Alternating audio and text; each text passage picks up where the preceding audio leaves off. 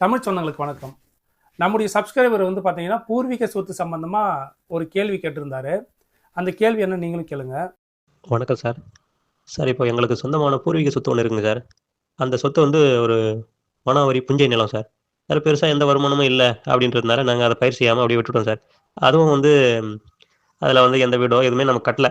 பயிர் செஞ்சதோட சரி, இப்போ எல்லாம் செடி அ மு ஏறிக்கிட்டு களை செடி இது போன்ற செடிகள் ஏறிக்கிட்டு அப்படிதான் இருக்கு. பயனற்ற வகையில தான் இருக்குது. ஆனா நமக்கு சொந்தமான நிலம் தான். நம்மளுடைய தாத்தா பேர்ல மூதாதையர்கள் பேர்ல பட்டா இருக்குது. இப்போ இதில என்ன சிக்கல்னு பார்த்தீங்கன்னா சார், இப்போ எங்க தாத்தா காலத்தில அவருக்கு வாய்மொழியா பாகப்பிரிவினை செய்து வைத்த சொத்து தான் சார் அது.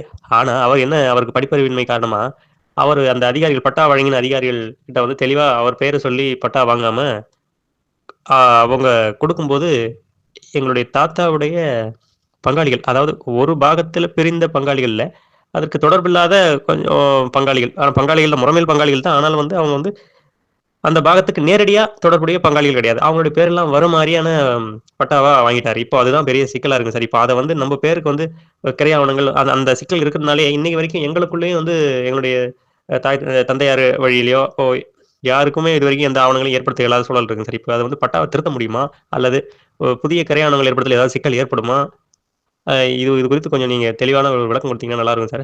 அதுபோக இதே மாதிரியான பூர்வீக சொத்து இன்னொரு பகுதி இருக்கு. அது வந்து கொஞ்சம் தள்ளி இருக்குங்க சார். அந்த இடத்துல பார்த்தீங்கன்னா, எங்களுடைய பங்காளிகள் தான். அவங்க வந்து அந்த இடத்த வந்து பயன்படுத்திட்டு வராங்க. அது நம்ம பேர்ல நம்மளுடைய மூதாதையர்கள் பேர்லாம் பட்டா இருக்குது.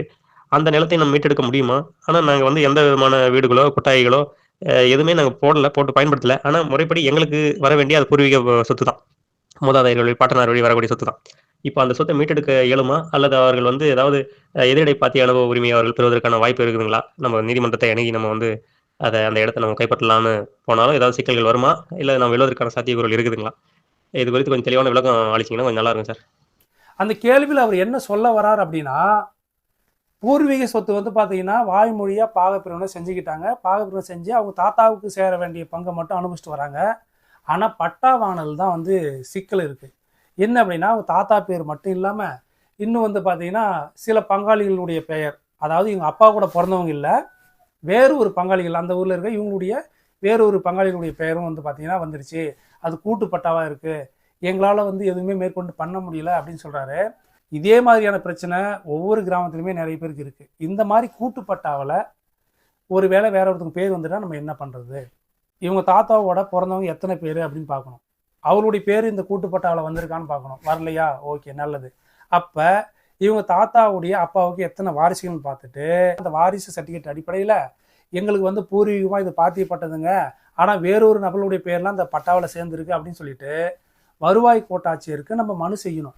அந்த மனுவில் வந்து பார்த்தீங்கன்னா நம்ம கூட என்னென்ன இணைக்கணும் அப்படின்னா, இவங்க தாத்தாவுடைய அப்பாவுடைய வாரிசு சர்டிஃபிகேட்கள் இருந்துச்சு அப்படின்னா அந்த வாரிசு சர்டிஃபிகேட்டை இணைக்கணும். இல்லை அதுக்கு ஒரு அதிகாரப்பூர்வமான ஒரு சான்றிதழ் நீங்கள் விஓகிட்டையோ இல்லை சம்மந்தப்பட்ட அதிகாரிகிட்ட வாங்கி தான் நீங்கள் வச்சாகணும். ஏன்னா இவங்க தாத்தாவுடைய அப்பா யார், அந்த அப்பாவுக்கு வாரிசுகள் எத்தனை பேர் அப்படின்னு சொல்கிறத நம்ம கொடுத்தாதான் இந்த பட்டாவிலேருந்து பேரையே நம்ம நீக்க முடியும். அப்போ தான் இவங்க நீக்கி கொடுப்பாங்க. வேற என்ன பண்ணலாம் அப்படின்னா, இந்த சம்பந்தம் இல்லாத நபர்கள் நம்ம கூட்டுப்பட்டவர்கள் இருக்காங்கல்ல, இவங்களாம் வேற ஒருத்தவங்களுடைய வாரிசுன்னு சொல்கிறதையும் நம்ம ப்ரூஃப் பண்ணலாம். அப்படியும் வந்து பார்த்தீங்கன்னா கொடுத்து இந்த சொத்துக்கும் இவங்களுக்கும் சம்மந்தம் இல்லைங்க, தவறுதலாக பட்டா கொடுக்குறப்ப சேர்த்திட்டாங்க அப்படின்னு சொல்லிட்டு நம்ம கொடுத்தாலும் ஆர்டிஓ விசாரணை செஞ்சு பட்டாவில் இருக்கிற பேரை வந்து பார்த்தீங்கன்னா நீக்கி தருவார். இதுதான் இதுக்கு வழி. அப்புறம் இன்னொரு விஷயம் சொல்லியிருக்கீங்க, அந்த சொத்தை வந்து நாங்கள் அனுபவம் செய்யாமல் இருக்கோம், எப்பயாவது ஒரு முறை தான் விவசாயம் செய்கிறோம். அதுக்கும் பிரச்சனை இல்லை. வேற யாராவது நபர் வந்து அனுபவம் செய்யாமல் பார்த்துக்கணும்.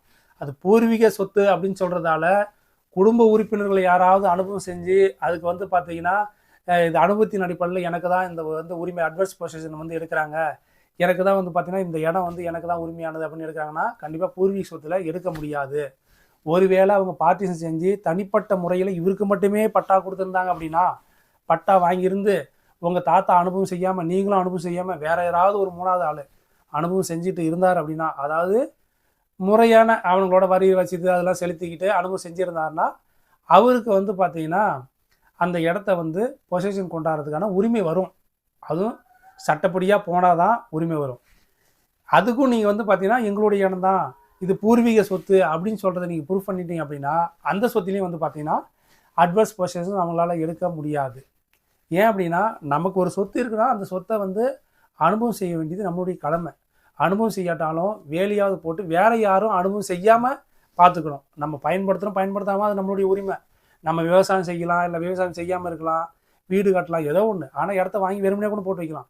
வேறு ஒரு நபர்களாக அதில் வந்து குடியிருக்கவோ இல்லை விவசாயம் பண்ணிக்கிங்க, இல்லை சும்மா நீங்கள் பயன்படுத்துங்க, நாங்கள் அப்புறமா வாங்கிக்கிறோம் அப்படின்னு சொல்கிறதெல்லாம் நம்ம செய்யவே கூடாது.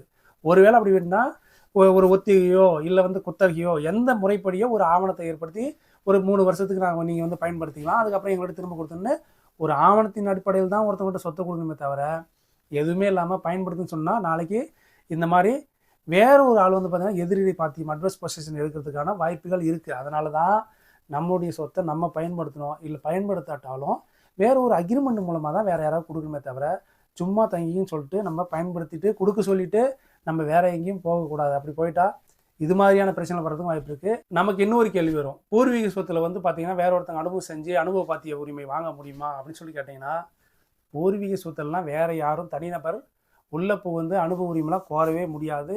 சட்டப்படி அது செல்லாது. அப்புறம் இன்னொரு கேள்வி கேட்டிருந்தாரு, என்ன அப்படின்னா, பூர்வீக சொத்து இருக்குது, அந்த பூர்வீக சொத்துக்கு பட்டா எங்கள் தாத்தா பேரில் தான் இருக்குது, ஆனால் நாங்கள் வந்து அனுபவம் செய்யலை, வேற ஒருத்தவங்க அனுபவம் செஞ்சிட்ருக்காங்க, அது வந்து அனுபவத்தின் அடிப்படையில் அவங்க வேற ஏதாவது அந்த சொத்தை வந்து விற்பனை செய்யவோ இல்லை வேற ஏதாவது பண்ணிடுவாங்களா, இல்லை அவங்க பேருக்கு பட்டா மாற்றிடுவாங்களா அப்படின்னு சொல்லி கேட்குறாரு. அப்படிலாம் மாற்ற முடியாது. ஆனால் பூர்வீக சொத்துன்னு சொல்லிட்டீங்க, முறைப்படியான உங்கள்கிட்ட ஆவணம் இருக்குது அப்படின்னு சொல்லிட்டீங்க. அப்படின்னு சொல்கிறப்ப நீங்கள் தான் வந்து அதை பொசஷனுக்கு எடுக்கணும். வேறு ஒருத்தவங்க அனுபவம் செய்ய விடக்கூடாது. அவங்க சொந்தக்காரங்களாக இருந்தாலும் சரி, இல்லை பங்காளிகளாக இருந்தாலும் சரி, உங்களுடைய இடம் அப்படின்னா நீங்கள் தான் அதை கிளைம் பண்ணணும். நீங்கள் உடனடியாக என்ன சொல்லணும், எங்கள் இடத்த வந்து காலி பண்ணிக்கிங்க அப்படின்னு ஒரு வழக்கறிஞரை பார்த்து ஒரு நோட்டீஸ் கொடுக்கணும். நோட்டீஸ் கொடுத்துட்டு அந்த இடத்த காலி பண்ண சொல்லலாம். ஒருவேளை காலி பண்ணலை அப்படின்னா பட்டாவின் அடிப்படையில் நீங்கள் வந்து பார்த்தீங்கன்னா உங்களுடைய வழக்கறிஞர் நோட்டீஸையும் உங்களுடைய பட்டாவையும் உங்களுக்கு வேறு என்னென்ன டாக்குமெண்ட் இருக்கோ அந்த டாக்குமெண்ட்லாம் எடுத்துக்கிட்டு நீங்கள் முறையாக நீதிமன்றத்தை அணுகி அவங்கள காலி பண்ண சொல்லலாம். இன்னொன்று, உங்களுக்கு பட்டா இருக்கிறதால அதுக்கு நீங்கள் இன்னொரு ஆவணத்தை ஒரு செட்டில்மெண்ட் பத்திரமோ இல்லை உங்கள் குடும்பத்தாருக்குள்ளே ஏதோ ஒரு ஏற்பாடு ஒரு பத்திரத்தை நீங்கள் செஞ்சுக்கிறது வந்து பார்த்திங்கன்னா நல்லது. ஏன்னா டாக்குமெண்ட் உங்களுக்குள்ளே உருவானாதான் நீங்கள் அந்த டாக்குமெண்ட் அடிப்படையிலையும் வந்து பார்த்திங்கன்னா உங்களுடைய சொத்தை வந்து கைப்பற்ற முடியும். அதனால் பட்டா நம்ம பேரில் தான் இருக்குது, பூர்வீக சொத்து தான், யார் என்ன பண்ணிக்கலாம் அப்படின்னு சொல்லிட்டு நம்ம விடக்கூடாது. ஆனால் சட்ட ரீதியாக வந்து பார்த்திங்கன்னா நீங்கள் வந்து எந்த சொத்தையும் அடுத்தவங்களுடைய சொத்தை வந்து முறைகேடாக வந்து பார்த்திங்கன்னா பட்டா செய்ய முடியாது. ஒருவேளை அவங்க அனுபவம் செஞ்சாலும் அவங்களுக்கு முறைப்படியான ஆவணங்கள் இருந்தால் தான் அவங்களாலையும் வந்து பார்த்திங்கன்னா அந்த சொத்தை கிளைம் பண்ண முடியும். வெறுமனே அடுத்தவங்க சொத்தை மிரட்டிட்டு அனுபவம் செஞ்சாலும் அனுபவத்தின் அடிப்படையில் பட்டாலாம் கொடுக்க மாட்டாங்க. அப்படி அவர் வாங்கியிருந்தாலும் அந்த பட்டா செல்லாது. அதனால் நீங்கள் அதை பற்றி பயப்பட வேண்டாம். 2 விஷயம் புரிஞ்சுக்குவாங்க. நீங்கள் வந்து இன்னொரு இதில் வந்து பட்டாவில் பேர் வந்து நிறைய பேர் சேர்ந்துருக்கு, கூட்டு பட்டாவாக இருக்குன்னு சொல்கிறீங்க. ஃபஸ்ட்டு வந்து உங்களுக்கு முறைப்படியான ஆவணங்கள்லாம் எடுத்துக்கிட்டு உங்களுடைய தாத்தாவுடைய வாரிசு சர்டிஃபிகேட்டு, உங்கள் தாத்தாவுடைய அப்பாவுடைய சர்டிஃபிகேட், உங்கள் தாத்தாவுடைய உடன் பிறந்தவர்கள் யாராருன்னு சொல்லிட்டு அந்த சர்டிஃபிகேட்டின் அடிப்படையில் அந்த பேரை வந்து சம்மந்தப்பட்ட அலுவலரை சந்தித்து அதை ரிமூவ் பண்ணுங்கள்.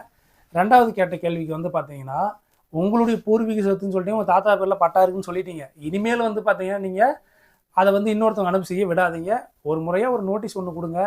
நோட்டீஸ் கொடுத்துட்டு அவங்கள காலி பண்ண சொல்லுங்கள். இல்லைனா நீங்கள் ஒரு பத்திரத்தை ஏற்படுத்திட்டு அதுக்கப்புறம் முறைப்படி கோர்ட்டில் போய் அவங்கள காலி பண்ண சொல்லி நீங்கள் ஒரு வழக்கு போடுங்க. அதுக்கப்புறம் அவங்க சட்ட ரீதியாகவே வந்து பார்த்தீங்கன்னா அவங்கள நீங்கள் வெளியேற்றலாம். அதனால் இந்த காணொலி பார்த்துட்டு இருக்க உங்களுடைய பட்டாவிலையோ இல்லை உங்களுடைய சொத்துலேயோ வேறு ஏதாவது இது மாதிரியான தவறுகள் பிழைகள் இருந்தால் உடனடியாக அதற்கான ஆவணங்களை எடுத்துக்கிட்டு சம்பந்தப்பட்ட அதிகாரிகளை பார்த்து சரி பண்ணுங்கள். நன்றி, வணக்கம் தமிழ் சொந்தங்களே. அடுத்த ஒரு காணொலியில் சந்திப்போம்.